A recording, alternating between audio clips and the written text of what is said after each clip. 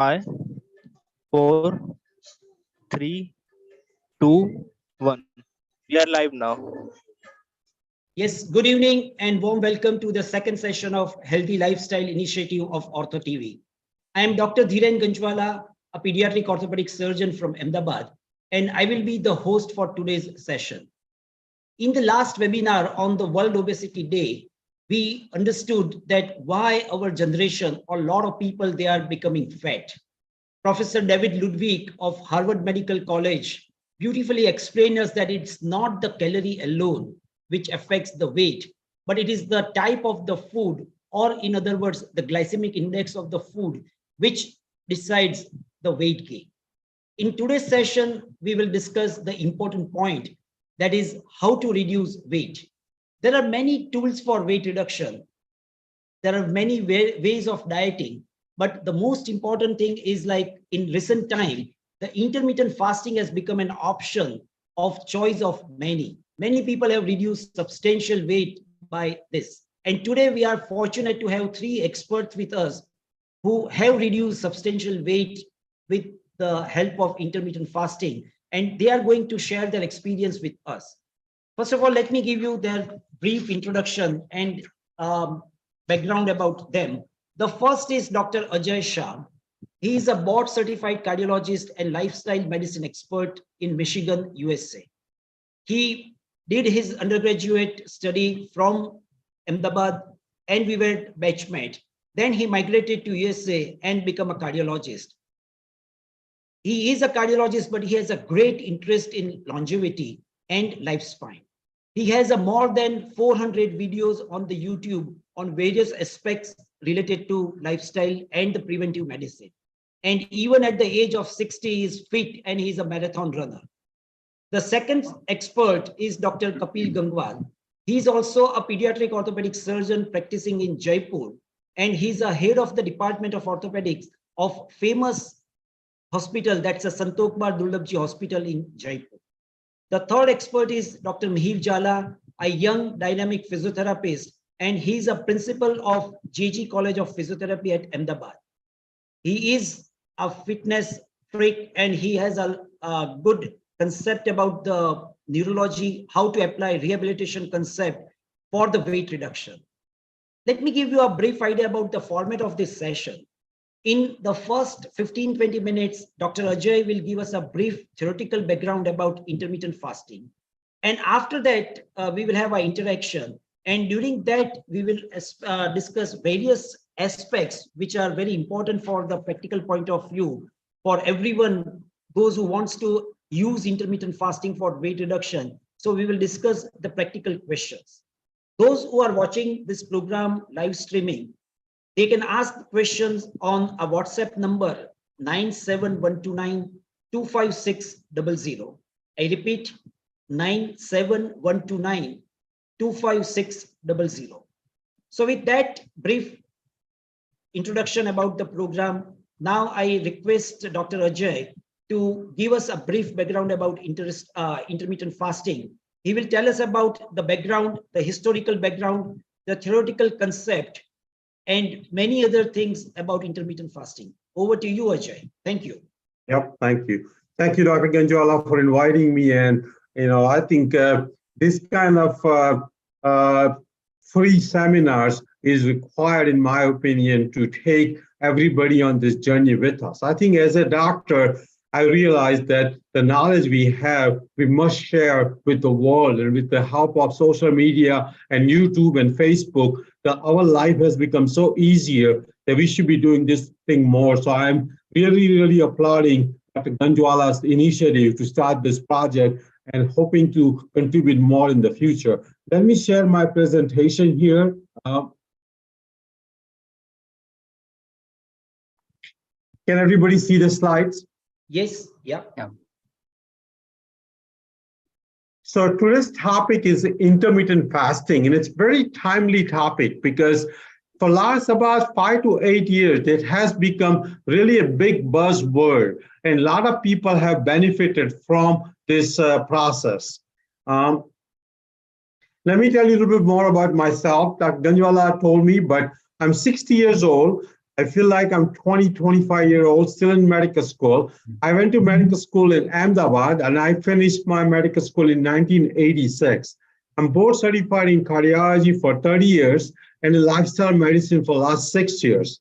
My BMI is 20. My BMI used to be 33 6 years ago. So with the help of intermittent fasting and with some periodic whole day fasting, periodic week-long fasting, and eating whole food plant-based diet, I have lowered my BMI to 20, which is low, but at the same time for longevity, anywhere from 19 to 22 is ideal.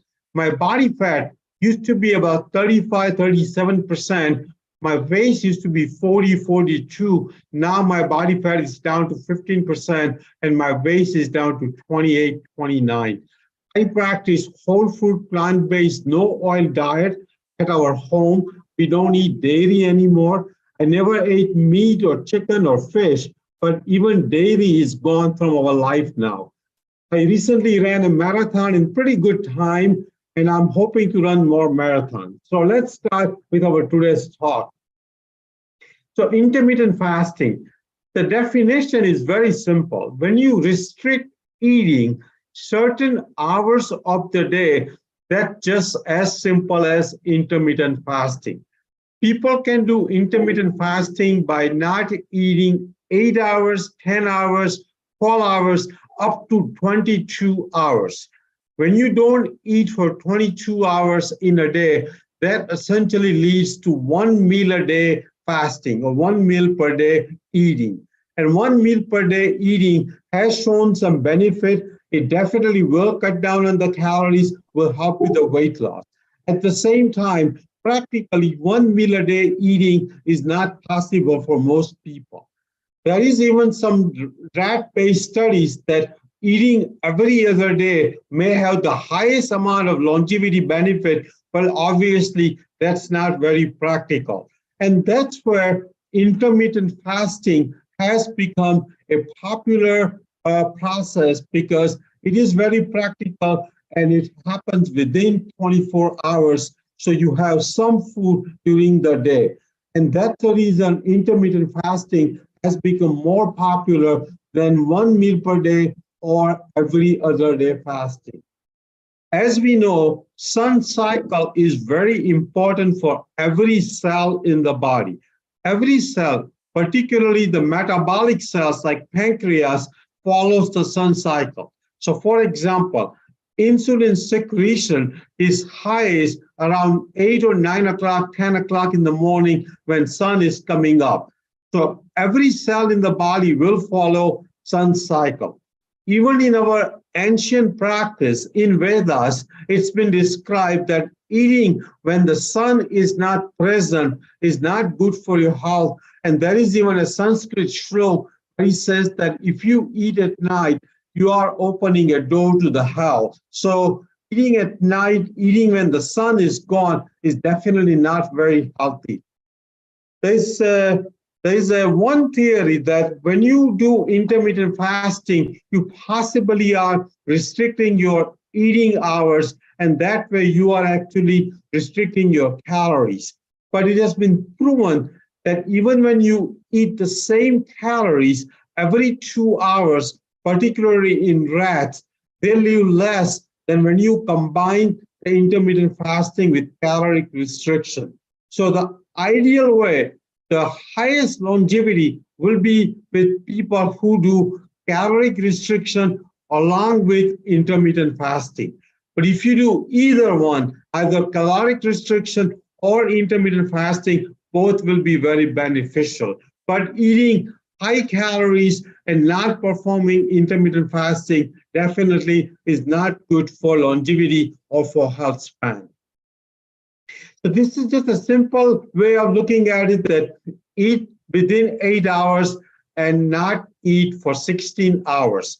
Eating 12 hours is very easy and very simple because most of us are sleeping 8 to 9 hours, and then 2 or 3 hours is easy to add. So 12 hours, in my opinion, is easy and is minimum everybody should be practicing. If you extend to 16 hours, you will have some additional benefit. So ideally, we should be eating 2 meals per day. The practice of eating 3 meals per day was actually more of a corporate commercial way of proposing much more than what was good for the health. I practice 2 meals per day. I have a large lunch around 10 or 11 o'clock, and then I have a light all day dinner like around 5 or 6 o'clock, 4 o'clock, and then I try not to eat after that. And definitely not eating 4 hours before bedtime is ideal. When you practice intermittent fasting and when you eat within 8 hours, after about 12 hours of not eating, your glycogen gets depleted slowly, particularly if you are physically active, if you are exercising, if you're running, if you're lifting weights, then your glycogen will be depleted after 12 hours and you will get into the ketosis.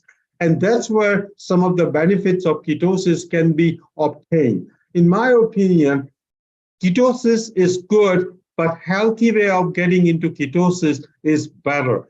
Instead of practicing low-carb ketosis, practicing intermittent fasting, practicing water-only fasting, exercising more, that's a way, is a healthy way of getting into ketosis. And intermittent fasting will get you into daily ketosis. Low insulin level will happen when you practice intermittent fasting. And last 6 to 8 hours of not eating, your insulin level will be less than 5, even less than 2.5. And that's good for health, that's good for fat loss. Even there's some small data that when you practice intermittent fasting, you may get into low level autophagy and mitophagy. Autophagy typically takes longer duration of fasting, like 24 to 36 hours. But even with intermittent fasting, there will be very low level of autophagy. When you practice intermittent fasting, there will be down regulation of mTOR for last few hours, which is good for healthivity and health span. So what are the benefits of intermittent fasting? Intermittent fasting has definitely a major benefit in weight loss. And actually, there are some doctors who are saying that it's not the type of food you eat, but when you eat the food. So definitely weight loss will be a major benefit. Definitely a longevity benefit, dementia benefit. Matter of fact, at night, if you eat, your insulin level will spike, and insulin comes in the way of removing amyloid protein from the brain cells, and that's how Alzheimer's disease and dementia will set in. Diabetes and intermittent fasting has been proven, cardiovascular disease, lowering body fat, improving sleep, and many other benefits of intermittent fasting. So there are some great resources about intermittent fasting. This is, in my opinion, is the best book if you want to practice intermittent fasting. It's called Circadian Code by Sachin Panda. Sachin Panda is, in my opinion, highest authority in intermittent fasting. He has a free app on both Google and both iPhone, and you can practice intermittent fasting by following his app. This book, in my opinion, is a must-read if you want to start intermittent fasting. He just recently came out with another book called Circadian Diabetes Code, and this book essentially gets into this intermittent fasting and circadian code for people with diabetes. There's another good book called Vegan Intermittent Fasting. This book is also good for the people who are practicing vegan lifestyle and vegetarian lifestyle.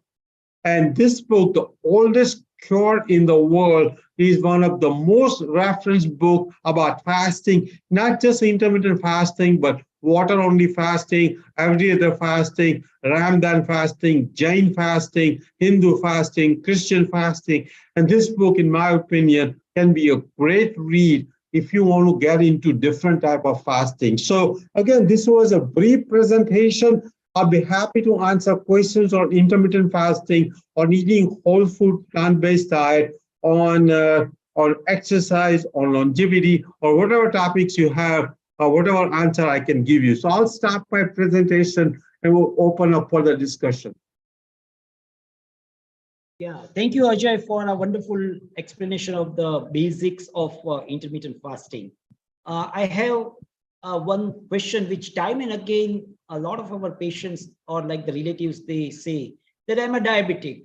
And because of that, I can't practice intermittent fasting because I'm taking oral medicines. So what are your ideas about that? How the diabetic patient should go for intermittent fasting?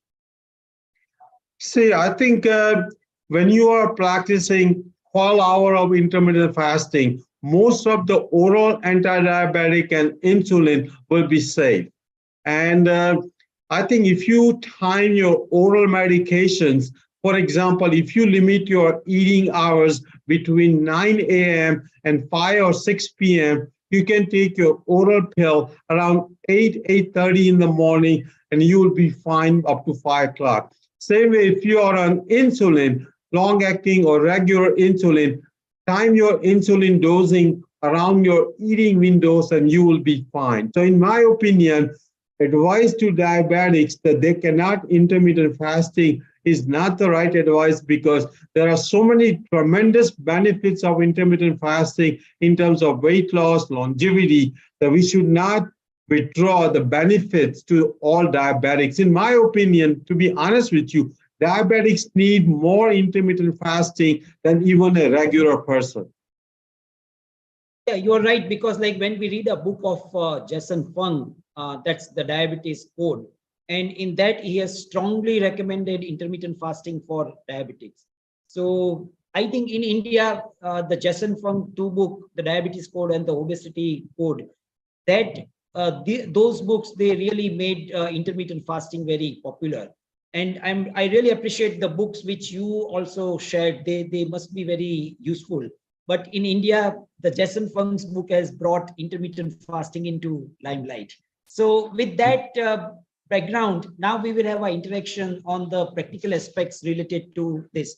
And I will be like asking questions to all of you. So whatever experience you have, you can share that experience with us.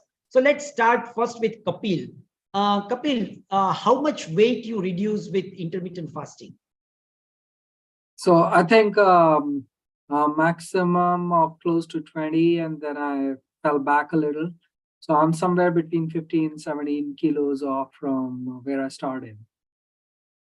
Yeah. Okay. Ajay, you mentioned that your BMI was how much? 33? Yes, my weight was 195 pounds. And now I'm 128. So I have lost 65 pounds, which is almost about 35 kilos. Yeah. Oh, that's great. That's great. Impressive. That's really impressive. Yeah. And what about you, Dr. Mihir? Yeah. How much weight you reduced with intermittent fasting? When I started with intermittent fasting, I was 101. And in a year, almost around 12 months of time, right now I am 72 kg. So almost more than 26 kg I lost. Yeah, 26 kg, 27 kg. So the highest is with Ajay, then comes the Mihir, and Yeah. the last is Kapil. Great. And just to have a quick understanding, like Ajay said that his BMI is 20, the body mass index is 20. What about you, Kapil? How much is your body mass index? I'm around there myself. Yeah, I don't follow it very closely, but I'm right in the center of the green. Green. Okay, so that's around 18 to 23 is the green zone. So you are at 20, 20.5. Yeah. And what about you, Mihir? I'm 21 right now. My BMI is 21. Okay, so that's really great, and that's really encouraging that with intermittent fasting we are able to reduce substantial weight. Say 33 kilogram weight loss is really something which we all really look for. So I think that's a powerful tool. Now the question, which is I'm sure that before trying intermittent fasting, you must have tried some other ways also, or in the past also you must have tried something. So how do you see intermittent fasting as a weight reduction tool? Kapil, yeah, what is your take on that? Yeah, so yeah, that's a great question, because I've had many stints at trying to trim myself down, and I think the last one was physical exercise, and I started running, and I started running a lot, and I became quite slim and trim, and then I sustained an injury, and then everything went haywire and everything dropped, and I gained almost all of my weight back, which I had lost. So this time when I went on that trip, I figured that that probably wasn't the right way to do it. And maybe modifying what you're eating is probably the better way to go. So that's what I tried. And I think initially it was just modifying what I was eating. And then I got into the intermittent fasting mode, which really kind of spearheaded the weight reduction. Yeah, Mihirdev, like say, we know heavy exercise is one of the way of reducing the weight. Reducing the calories in the form of like eating less is the second way, and the intermittent fasting is the third way. What options you have tried in the past, and how do you see with those options compared to those options, intermittent fasting? In the past, I had a tendency to gain weight always, as I'm a foodie person. So I initially started with exercise, same like Dr. Kapil. I started jogging on the treadmill, and then I started some weights also. But going to gym and exercise, I was not able to do it regularly on basis. Initially, I reduced few kgs, around 3 to 4 kgs or 5 kgs in 3-4 months. But then after I again, jumped back again to back what I was before. Then second thing I tried was eating less. Eating less ultimately starved me more, and it made me to eat more in just a week time. And I just was not able to do it again. But then I realized about intermittent fasting, and I was able to maintain my hunger, and I was able to, not eat for hours without any difficulties. And that's what I say always, intermittent fasting is not a diet, but it's a lifestyle rather. So I insist on intermittent fasting and make it as a lifestyle, not a diet method or something like that. Yeah. Aajay, what do you think about, like, say, have you tried any other options than intermittent fasting for weight reduction, or you have tried only one way, and that's intermittent fasting? So I think I did go on that low carb craze about 10 years ago. And my weight came down very rapidly, almost 10 kg in like 6 weeks. But my cholesterol shoot up, and I wasn't feeling as energetic as I thought. Somehow carb gave me the energy, so it did not work for me. And when I came across this whole food, plant-based, no oil diet, I realized that I can have volume of food, because whole food, plant-based, no oil diet is a very low calorie dense food. Calories per pound in whole food, plant-based, no oil is no more than 300 to 500 calories per pound. So I can easily eat 3 pounds of food and have only 1,500 calories. And 3 pounds of food gives us so much satiety that over the last 6 years, I have never deprived myself from the daily satiety. And that's the only reason I'm able to sustain my tremendous weight loss, because every day I have a tremendous great satiety in terms of my appetite satisfaction, because I eat at least 3 pounds of food. Most of us who are 5'6", 5'7" tall have stomach which can take about 3 pounds of food per day to have a satiety. And satiety, in my opinion, or the hunger, in my opinion, is one of the biggest stimulus for anybody in our life. How nobody can overcome hunger, and hunger will eventually fail all the efforts to weight loss. And that's where I think satiety, whole food, plant-based, intermittent fasting, and from both experience from Kapil and Mihir, I agree that exercise is not the way to lose weight. exercise is important. It will give you longevity. It will give you great mood. But if you are relying on exercise for weight loss, it will not work. Either you will get injured, or you will not have time for other activities, or eventually you will get tired out and bored out because a lot of the exercise many times is done solo because nobody else wants to exercise 3-4 hours a day. So you become very boring. But if you plan your life around eating and intermittent fasting like Kapil and Mihir did, you will have a higher chance of success instead of relying on exercise.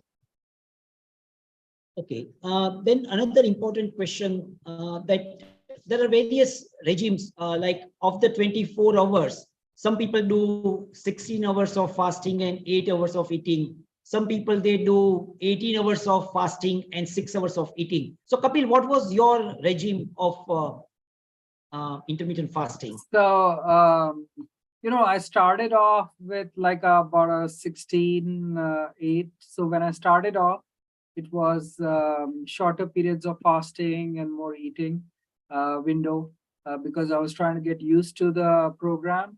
But I think as time passed, you find that your hunger actually gets more and more reduced.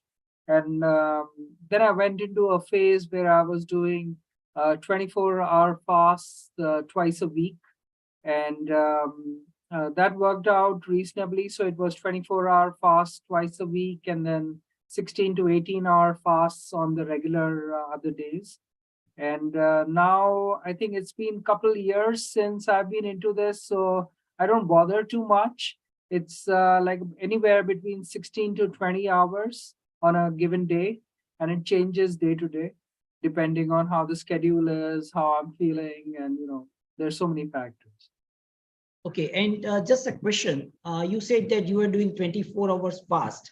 So you are an orthopedic surgeon, practicing orthopedic surgeon. So it was a Sunday and Saturday you were doing these fastings, or like the 24-hour fasting, or during work days also you were doing such fasting? Yeah, so I scheduled it so that it was a relatively easier day for me at work. So the latter half of the fast was on an easier day.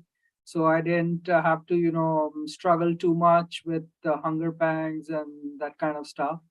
But yeah, it worked out reasonably well. I did that for about good 5-6 months, and that really kind of had a big impact on the weight reduction at that time. But I've kind of moved on from that. I don't do that too often now. Every once in a while, I'll go for a 24-hour fast, but not very often now. Dr. Mihir, I would like to ask a similar question, but in a different context. The reason is because a lot of people who are keen to do or to start intermittent fasting, but they are really worried about like remaining hungry for 16 or 18 hours. So in your case, like did you start straight away with that, or like you started with 12 hours, then you increased to 14 hours, then you increased to 16 hours? What was your regime? Yes, in my case, like I used to, when I don't eat, I used to have frequent headaches. So that was the case. I was not able to remain hungry for a longer time. But so initially I started with 12 hours regime. But I used to have my dinner early in the evening, and so that 12 hours moved very quickly at the night time. And then slowly and gradually within 2-3 weeks, I increased to 14 hours. And after 2-3 more weeks, I increased to 16 hours. And then after a couple of months, I was doing 19 hours of fasting regularly, and that too without any issues. And I was so much energetic, and I was full of work whole day, and I was so busy, but that never had any issue, and I did not had any bad hunger pangs too with 19 hours of fasting. So gradually, if somebody is having some issues, I'll suggest that they should move on gradually with 12 hours minimum, and then accordingly they should move hours to 16 to 19 hours later on. Okay, Ajay, would you like to say something on this, like how to increase the duration or to straightway go for 16-hour fasting to begin with? No, I think I agree with both of them. They start with the shortest window you can have. See, in America, people eat 18 to 20 hours.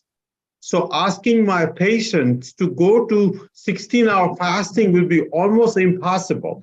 There are so many options, both in the house and outside the house, which are kind of luring them into eating more and more. So I agree. I asked with 8 hours, then gradually go to 10, then 12, and then 14.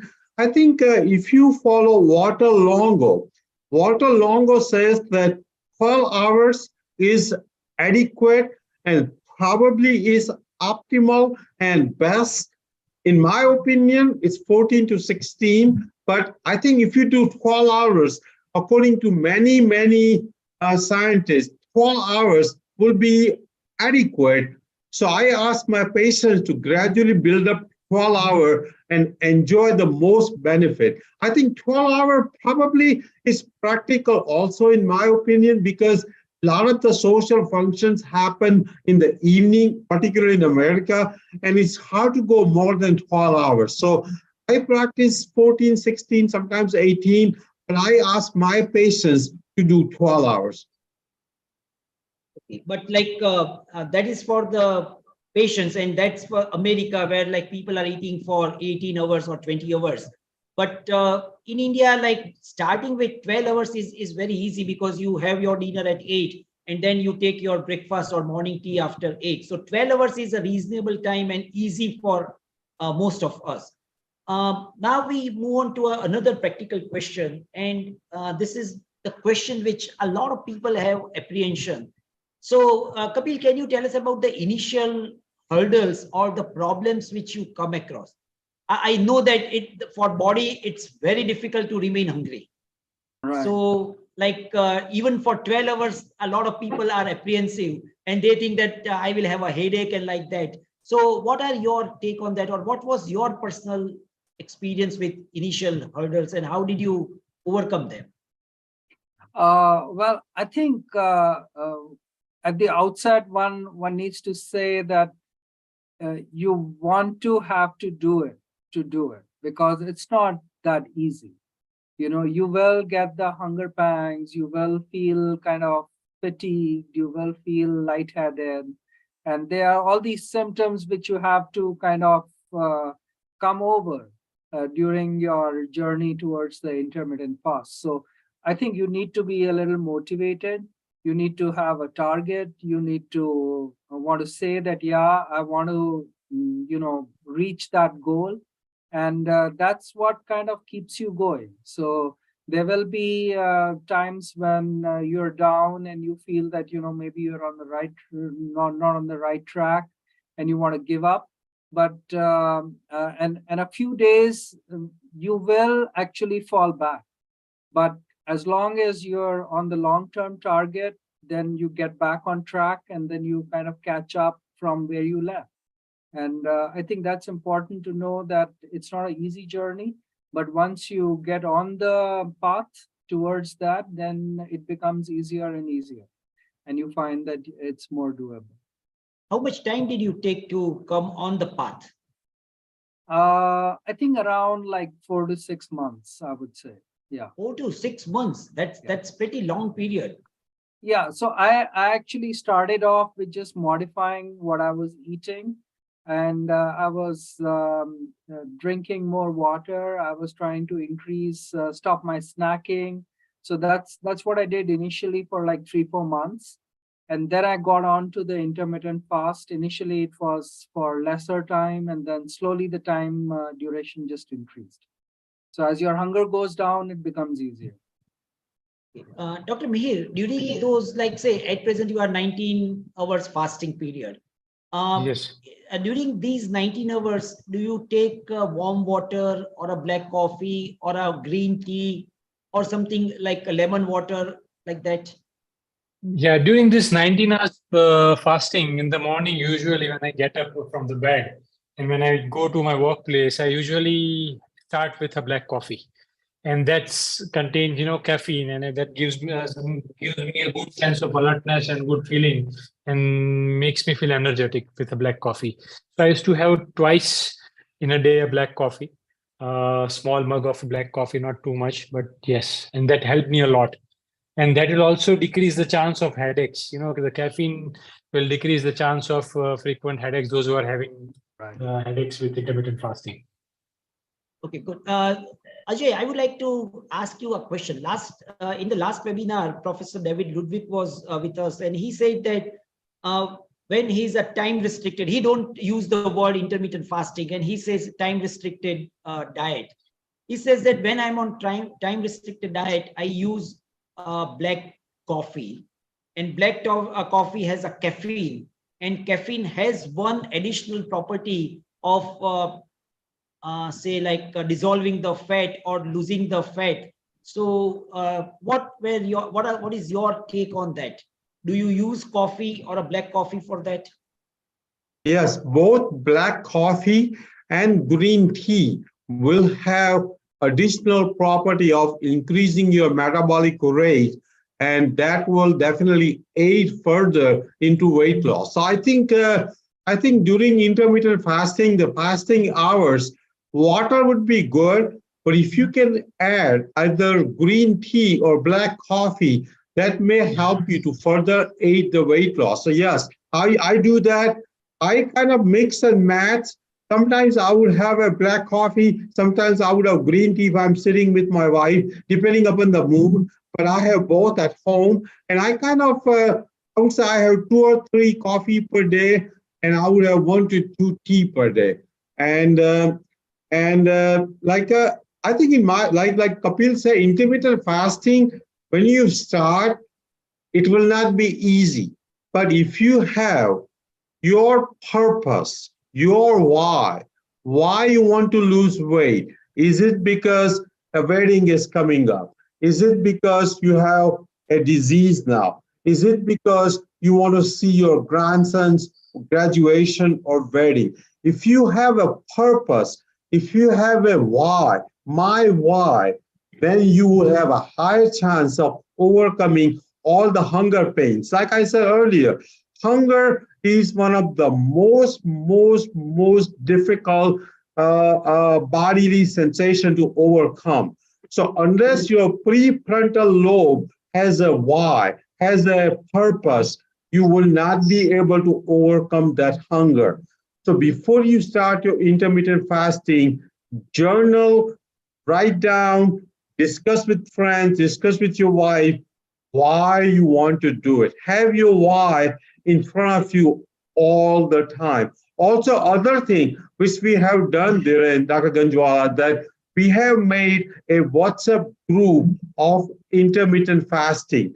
So doing it in a group, any activity, whether it's intermittent fasting, whether it's exercise, whether it's meditation, any activity, when you do it in a group, it becomes easier. So if you are starting on intermittent fasting, have your spouse do it with you, or have your family do it with you, or have a group, make a group of friends do it with you. And that will definitely take you further instead of doing it alone. Good. Just to divert from the scientific discussion, Kapil, what was your why for intermittent fasting? What was my why? What actually motivated you to do intermittent fasting? Okay, I don't know. Just a weight only or something else? No, I think I had tried, like I told you, I tried several times to reduce my weight. It was on the plus. And I got it down. It did come down a couple of times earlier, but it always went up. And so it was actually in the COVID times that one was free and there wasn't so much of work pressure and I had time for myself. So I thought, why not give a little bit of eating modification a try. So that was what I tried. It was almost like an experiment for myself. And I found that it did work and it helped me. And once you start seeing the changes in your physique, then it kind of motivates you even more. So that's how I got onto it. Okay, so you had a different experience, because most of the people say that during COVID time, they ate more, and that was probably the reason of putting on weight. But in your case, you were motivated to great. Right. Mihir, I would just like to ask you, with intermittent fasting, were you doing any, or like even now, what about exercise? How much exercise you carry out? Initially, when I started with the intermittent fasting before a year almost, I just started with walking 45 minutes to 50 minutes brisk walking daily. Not daily, but 5 days a week at least I did. And then later on, once I found that I'm losing some more weight and I'm looking good in the mirror, it motivated me and it encouraged me to join a gym then to make some good muscles and look more better. So as Dr. Kapil said, once you start shedding some weight and when you look into the mirror, it motivates you more. Yeah, I'm getting some result. I should work more now to look more good and better. So that's also one of the most criteria for many of the youngsters these days to lose weight, to look good. So I started with weight training also. Since last 6 months, I'm doing weight training. And with intermittent fasting, it is giving me a good result. I'm able to develop some good muscle mass too, with some good diet and with some regular cardio exercises also, like walking and jogging. Okay. Ajay, the question to you is, like, you are 60, you are of my age. So like, how do you take exercise in your life along with the intermittent fasting or calorie restriction? In my opinion, if you want to live long, if you want to live healthy, exercise is must. And exercise has to be holistic. It has to be cardio, weight training, stretches, yoga, because all of them have different kind of benefits on our lifespan and health span. I run every single day. I lift weights at least 6 days a week, and I lift weights with different muscle groups every day. So for example, I do push, pull, and leg schedule. So during the push, I do chest, shoulder, and triceps. During the pull, I do back and biceps. And then I do a 1 day with the leg itself. Leg being the largest muscle in the body, I dedicate 1 full day to the legs. And like I said, I run minimum 20 minutes every day. My walking is at least 8 miles per day. I walk at least 2 hours every day. I'm semi-retired now, so I have a lot more time to give it to myself for the exercise. But in my opinion, minimum 1 hour per day has to be mandatory for every person to exercise, minimum 1 hour per day. And out of that 1 hour, 25 minutes of running, 20 to 25 minutes of weightlifting, and 10 minutes of some kind of stretching is very important. I think weightlifting will give you the muscle mass, will prevent the diabetes, will prevent the Alzheimer's disease, will prevent the osteoporosis, will prevent the ligament injuries, will make you more balanced, will prevent a lot of the falls. So a lot of the things in orthopedic, I think one hip fracture at 80 has a higher mortality than even lung cancer. I think prevention of falls is so important. Flexibility is so important. So I take weight training, I take cardio, I take stretches very seriously. And on the side note, I have said, like you asked, Dr. Ganjwala, what is my why? I have set my goal of living 110, and I'm recruiting everyone, including all of you, to join the club of living 110. 110 is not a difficult goal. With all the modern advances, with all the emergency services, with all the vaccines and everything else, we can live 110. And if we do it as a group goal, we can do it as a team, it will become more fun, it will become a lot more easily doable. And in my opinion, 110 is the grandest of all goals, because living 110 will require a lot of intelligence. Living 110 will require a lot of discipline. Living 110 will require a lot of financial planning, because You don't want to be 100 and broke with the money. So 110, in my opinion, encompasses all the grand goals of life. 110 will require a lot of family goals. 110 will require a lot of great grand guild goals.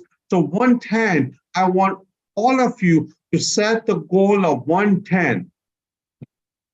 Okay, yeah, that's great. And I think that we should meet in, this is 2023. So we should meet again in 2063 and have one similar webinar looking back at the life.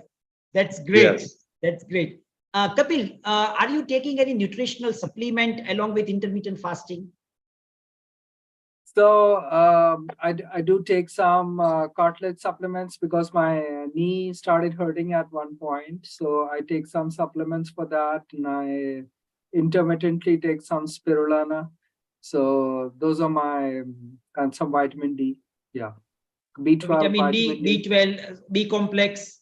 Yeah, Yeah, not the okay. B complex, but I take the B12, the vitamin D, and I take some collagen supplements for my cartilage. Cartilage, And, right. And spirulina. Off late, I've started on the spirulina again. I did take for a little while, and then I stopped and I started again. Okay, what about you, Mihir? Are you taking any? No, as such, I did not took any supplements till date, but except some protein powder that's also plant-based protein. Once I started doing some weight exercises, and as I'm a vegetarian, so I had to take some protein powder, which was plant-based, and that's it. And I used to eat a lot of green vegetables in my diet, in the lunch especially, semi-cooked with very less oil. I used to have all the green vegetables in my diet. So I didn't find any issues with that, or taking Okay, off any supplements. Right. And what about you, Ajay? Are you taking any nutritional supplement? So I take B12, I take vitamin D, I take omega-3, and I take a B complex. Okay. And another thing on the side note, totally unrelated topic, but my A1C had gone up to 5.9 6 years ago. Now it runs 5.2, 5.3. But I have continued my metformin, even though I have completely reversed my pre-diabetes. But metformin, in my opinion, has some other additional benefit. So I'm continuing my metformin, even though I probably am overdoing it.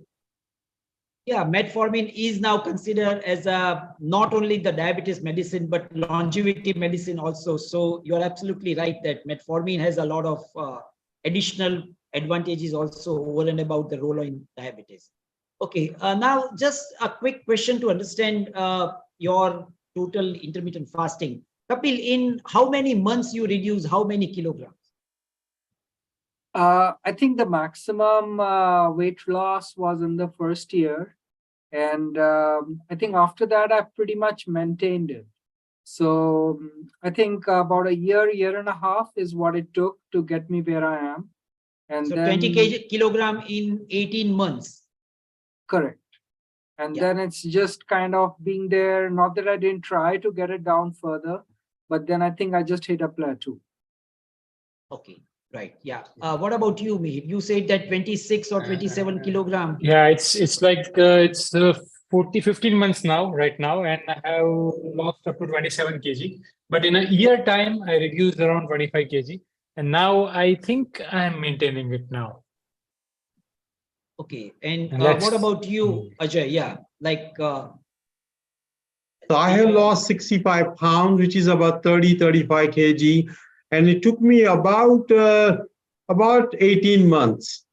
But my first 6 months were very rapid weight loss. I was losing about 3.5 kg per month for first 6 months. I was losing significant amount of weight because I was intermittent fasting. I was doing every other day fasting. My longest fast has been a 1 week long fast where I had 0 calories for 1 week.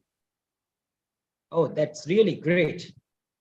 I think that it's only written in the book, but you have really applied that and practiced that. That's really great. Yeah, I felt like after 48 hours, Dr. Ganjwala, my mind was so sharp and I was a lot more productive. I did not exercise much. I just had a light walking during that week, but my mind was so sharp. I was in ketosis. I was drinking water. I took some salt tablets. I was eating 0-calorie Gatorade for some electrolytes, but I felt so great. I think we all should be doing minimum 72-hour water-only fast at least twice a year. That's impressive. That's really great. That's Yeah. really great. Now, one thing which a lot of people, they say that initially they lose weight and after that there is a plateau. So have you faced that, Kapil? Yeah, like I said, that after I reached where I am, I did try to reduce that further, but one, I think beyond a point you start looking a little sick, and so people around you tell you to stop. So that's one of the deterrents. And then you feel okay, so your motivation actually also dwindles a little, because I think beyond a point, then you have to do something extra. So like Dr. Aajay said, that you want to go on from a 24 to a 36 or a 48 or a 72-hour fast. And then, that will kind of push you to the next level. But I think I kind of, stayed away from that. Not that I don't think about it. I do think about, trying to push myself a little extra every once in a while, but maybe that'll happen in the future. Yeah, Dr. Mihir, like what is in your case? Like, did you reach the plateau and then now you are steady, or what has happened? Like you are gradually losing weight? Yeah, I am gradually losing weight, but right now it's 14 months, and what I'm feeling is, as Dr. Kapil said, many of your friends and family, when they meet you, they said, "Arey, what has happened to you? You lost so much of weight. You start eating now. You start eating sweets and everything now. You have to gain some weight. You're not looking good. You're looking like you have some disease. As drastic change in the weight." So that kind of thing sometimes demotivates us. But I'll ask my friends to stick on to your diet, irrelevant of people saying that, because it's the best and healthy way to live good life. And as Dr. Ajay already said, to join 110 Club, intermittent fasting is one of the only way which could lead you there with a great lifestyle. Yeah, Ajay, you must have also faced the same problem, because like my personal experience is that our eyes have become so used to see people with a BMI of 27 plus. So when they see a people with a BMI, like say 21 or 22, they always say that why you have lost so much weight, why you feel so weak. So I'm sure that with 60 pounds of weight loss, a lot of colleagues, a lot of friends, a lot of relatives, mostly it's the relatives, the family members, they constantly say that you are really looking weak, as if like you have come out from a big illness. So how do you manage that? Yeah, that's an excellent question. Like you said, Dr. Ganjwala, the norm of the BMI is 27, 28. So when you are not that, most people think there is something wrong with you. And whenever, like, we have a big temple in our town, and whenever I go to temple, invariably people ask me, "Are you all right?" Because when I was 200 pounds, nobody ever asked me whether I'm pre-diabetic or whether I have high blood pressure or whether I have heart disease. Nobody ever asked me. And now I'm at a healthy BMI. People actually ask me, "Are you all right?" They almost feel like I have a cancer or I have some kind of disease that I lost all that weight. Again, like Mihir said, we have to keep our own resolve and we have to And the way I actually tell people that my energy is highest at this stage of BMI. I have ran marathon. I can lift a lot more weights. I'm more trained. And I think only way to motivate other people to get down on the BMI is by showing your physical strength. And that's where, and again, I'm a big proponent, Dr. Ganjwala, about sharing our successes and our advances. It's not boasting, it's not bragging, it's not being like you are something.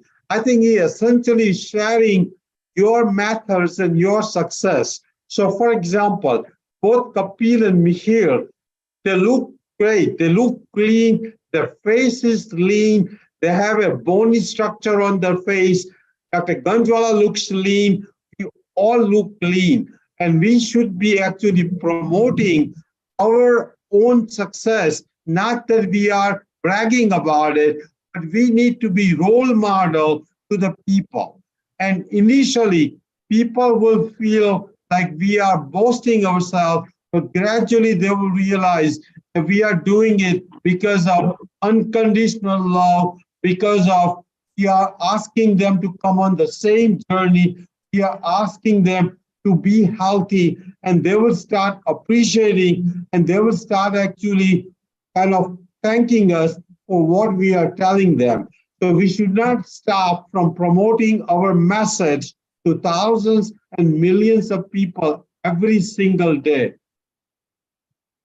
Okay, we have a question from audience, so we will quickly take those questions. The first question is from Priya, and the question is like the patients who are having a bed rest due to some or the other reason, means some illness, how can they lose weight, or can they do intermittent fasting? Ajay, what is your take? Dr. Ajay, what is your take on that? Definitely. I think intermittent fasting is possible even people who are bedridden or who recently underwent a surgery. Intermittent fasting would be fine as long as they have adequate amount of protein and adequate amount of calories. I think when you are recovering from an illness, I'm sure you all can tell me more than I can tell, but adequate amount of protein and micronutrients and multivitamins and minerals become very important. So even though you are doing intermittent fasting, make sure you have adequate protein and adequate micronutrients for the healthy recovery. But intermittent fasting can be practiced even though when you are bedridden. Okay, that's great. So now we are coming to the end of, there is another point which someone says that I'm using low carb diet, high protein diet. So exactly that's what Dr. Ajay said, that it's not only the low calorie, but adequate protein is equally important. Only 2 minutes are left. So I would ask each one of you to say something about intermittent fasting. How do you look intermittent fasting as a tool for weight reduction? So can you say 1 or 2 lines about intermittent fasting? Yeah, Kapil, let's start. Yeah, so I think it's a great tool. It's very powerful, and I found that it gives you the flexibility to do whatever you want to do on a given day. So you're not bound by any rules. You can modulate depending on how your day is. You can eat a varied amount of food, so it doesn't restrict you on what you're eating. And like I said, it's extremely powerful and it's effective. So it's certainly something that you want to give a try. And like I said, it's not easy to start with, but if you stick to it, it's certainly bound to give you results. Yeah, Dr. Mihir. Yeah, I would request all the viewers, those who are viewing this series today, start with some good motivation, and 100% you will get some tremendous benefit out of intermittent fasting. And those who want to lose weight, it's a miracle, it's a magic. So go on and jump onto intermittent fasting. All the best. Yeah, Dr. Ajay. Yeah, intermittent fasting, in my opinion, is a lot easier than caloric restriction. or restricting type of food. I think restricting hour is easier because we all sleep 8 hours, and just adding 4 to 6 hours on top of it is not that hard. So most of my patients are able to go on intermittent fasting before even they can restrict the type of the food or amount of calories. So like Mihir said and Kapil said, start with intermittent fasting and then add caloric restriction and add the type of food, and you will be losing at least 2 pounds a week, until you get to your goal weight. But don't stop until your BMI is 21. Okay.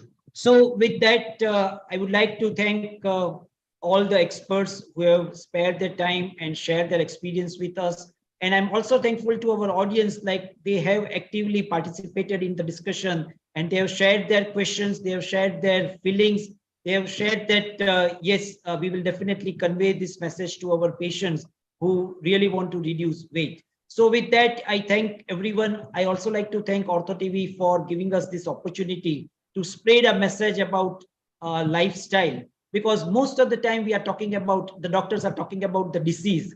When things go wrong, we suggest something to bring it back. But here we are trying to suggest something for the prevention also. And as Dr. Aajay said that, we should start a club of 110, and everyone should try to achieve or be a member of that club. So with that note of optimism, I thank everyone and wish you a good time ahead. Thank you once again. Bye-bye. Thank you. Thank you. Thank you. Thank you. Thank you. Thank you.